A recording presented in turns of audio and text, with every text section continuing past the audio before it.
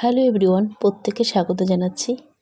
আজ আমি আছি আর কি ট্রেন স্টেশনে, তোমরা দেখতেই পাচ্ছ। তবে ট্রেন স্টেশনে গিয়েছিলাম আমি আমার মাকে নিয়ে। দেখতে পাচ্ছ মা আমার পেছনে বসে আছে, ভীষণই আর কি মনটা খারাপ।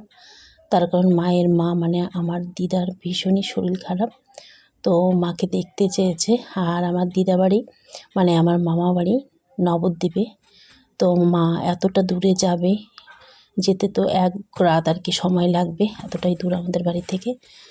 তো মা যাচ্ছিল আর কি, মা বাস মানে বলেছিলাম মাকে যে মা বাসে যাও, মা বাস থেকে আর কি ট্রেনে যেতে আর কি নিজেকে একটু কমফর্টেবল ফিল করে।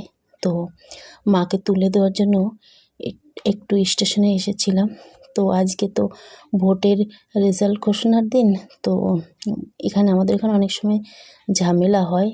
তো দেখো রাস্তাঘাট কিন্তু একদমই ফাঁকা, রাস্তাঘাটে মানুষ খুবই কম, মানুষ জনসংখ্যা নেই বললে চলে সেরকম। যাদের খুবই প্রয়োজন তারাই শুধুমাত্র বাইরে বেরিয়েছে। আর মা ভীষণ হন্তদন্ত করে যাচ্ছে আর কি, দিদা যেহেতু মাকে দেখতে চেয়েছে। তো ট্রেন চলেও এসছে অলরেডি। তো আমি মাকে ট্রেনে যখন আর কি তুলে দিয়েছি আর কি, তুলে দেওয়ার জন্য খুব তাড়াহুড়ো করে যাচ্ছিলাম। তো তুলে দেওয়ার পরেই আর কি শুনতে পেলাম যে আমার দিদা আর এই পৃথিবীতে নেই। তো খবরটা শুনে ভীষণই মনটা খারাপ হয়ে গেল আর কি। যেহেতু দিদাকে ছোটোবেলার থেকে আর কি, মানে ছোটোবেলা থেকে প্রত্যেকের দিদাই কিন্তু সবার কাছে খুব প্রিয় হয়। আমার দিদা আমার কাছে ভীষণই প্রিয় ছিল, কিন্তু আমার ভীষণ কষ্ট হচ্ছিল যে মানে দিদা এই পৃথিবীতে নেই।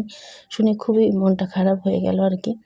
তো দেখো ভীষণই অন্ধকার হয়ে গেছিলো, শুধু পুলিশ ছাড়া আর কোনো দোকানপাট কোনো কিচ্ছু আর কি আমাদের এখানে খোলা ছিল না।